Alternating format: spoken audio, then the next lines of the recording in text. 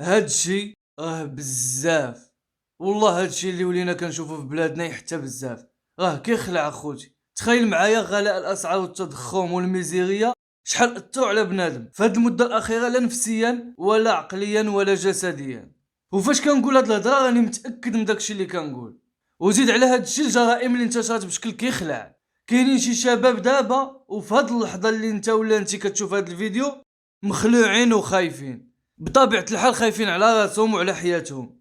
ومن حقهم، خصوصا فاش كتشوف الشباب اللي في العمر ديال انهم يعيشوا الحياة ويخدموا وينتجوا ويقراو ويفرحوا والديهم، كيتعرضوا للاقتلاع، يا اما من صحابهم يا اما من العائلة يا اما من الصديقة ديالو. مثلا التهامي بناني اللي كاملين عارفين القصة ديالو، فاش سمعتها لحميت تبورش عليا لدرجة كتخليك تقول بنقص من الصحاب وما يجي منهم. في مدينة مراكش عاوتاني بسبب الطمع وغير على قبل الوقت وعلى وسخ الدنيا وصلت انه الاخ يقتل خوه وبدم بارد. وكاينين بزاف اخرين، ولكن اليوم غادي نهضروا على الشاب انوار اللي كل شيء عارف القصه ديالو.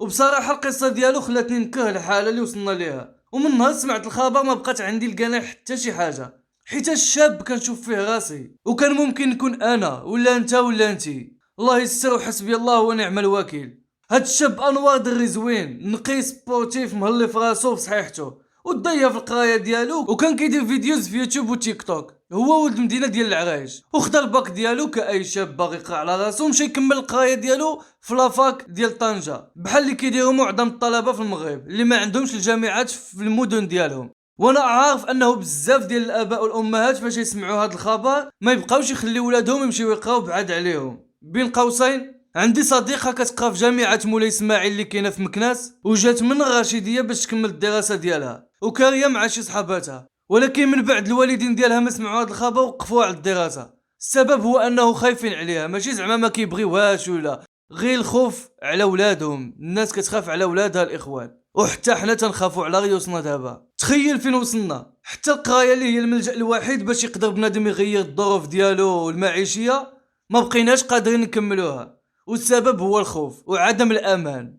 نرجعوا للموضوع ديالنا ديال انوار. هو كاري بوحدو في طنجه ومعمر وقته ما بين الدراسه الفيديوز لاصال يتسارى عادي كايها الشباب، وديما كيهضر مع الام ديالو في التليفون حيت كان عزيز عليها بزاف، وكتشوف فيه مستقبل زوين اللي مع كامل الحسره والاسف ما كملش. واحد النهار ديال الجمعه كتصوني عليه الام ديالو كيف العاده باش تهضر معاه وتسمع اخباره، ما كيجاوبش السيد. صونا عليه باه ما كيجاوبش، ما خلاو حتى شي طريقه باش غادي يتواصلوا معاه والو ما كيجاوبش. وزيد عليها الام ديالو خاطرها مزيان وكانت حاسه بلي شي حاجه واقعه. كاملين كنعرفوا بلي الاحساس ديال الام راه ما كيغلطش وما كيكذبش. لا غد ليه نهار السبت غادي تنوض مسكينه وتمشي لطنجه حتى لعند ولدها باش تشوف مالو علاش ما كيجاوبش وشنو واقع. وهنا غادي توقع واحد الحاجه اللي ما كنتمناها لحتى شي ام في هذا العالم. غادي تدخل على ولدها وتلقاه مليح في الارض وغارق في الدمايات ديالو. ما تقدروش تخيلوا المنظر والاحساس في هذه اللحظه. جريمه قتل في حق شاب من بعد تحقيقات اللي دارت واللي مازال كاينه لدابا، وبعد الشهادات مثلا ديال العساس ديال العماره فين ساكن هو، لقاو باللي انوار دخل الدار مع 4 د العشيه ومن تما ما عاودش خرج حتى جات الام ديالو لقات الجثه.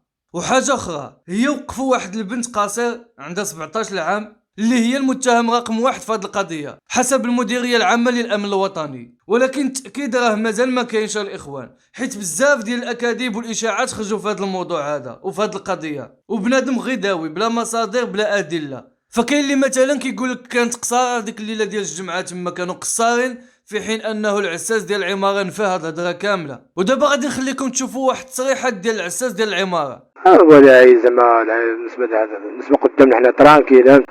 الجريمه وقعت نهار الجمعة قرب 3 الساعة العشية، حيت هو في 7 العشية ما خرجش، مشينا في الساعة ديال السربيزين ما خرجش، هو في 7 العشية كان ميت. نعم شاف نهار 6 في الصباح هو كان تقتال الجمعة بالليل صباح السبت الصباح عيطوا لي انا. هادي متهمة واحد القاصر في القتل ديالو، كتعرف هاد القاصر انت؟ شوف انا عارف لابد ما نشوف انا عارف لابد من فوق سطح ديالو شفتها كيفاش كان مضروب. كان مضروب عنقو نعاس يدبوا على الشمال مسكين هذا ناس الشرطة والتي شرطة باش مضروب ما عرفتش واش موت ولا بشي حاجة يعقل. الشرطة بدا محيرها في الشيء انا ما عرفاش بس لا مضروب من هنا يعني بحال اليد. حاشي ضربت شي سطانياتور ولا شي مغراس ولا شي حاجه.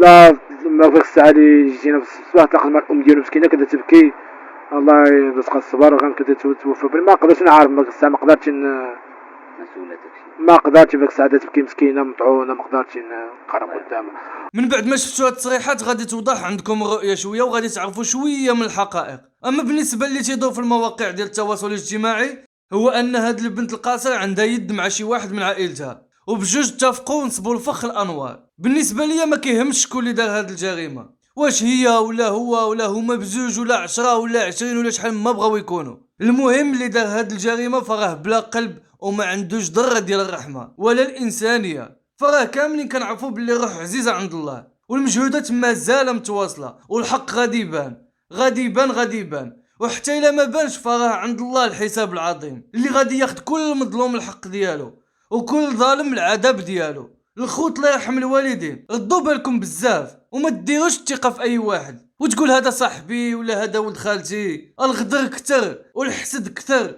والطمع كتر، والواحد هو اللي يكون مزيان ولكن ما فيها باس يدير اتونسيون شويه. وقبل ما يسالي الفيديو بغيت نطلب منكم واحد الطلب اللي الاجر ديالو غادي تلقاوه عند الله كبير، وبالنسبه لكم راه ساهل. هي بغيتكم تدعيو مع انوار، تدعيو معاه بالرحمه والمغفره، ومع الام ديالو مسكينه الله يصبرها ويعطيها الصبر والثبات، والله يحفظ جميع الشباب والشابات ديالنا وجميع المسلمين بطبيعه الحال.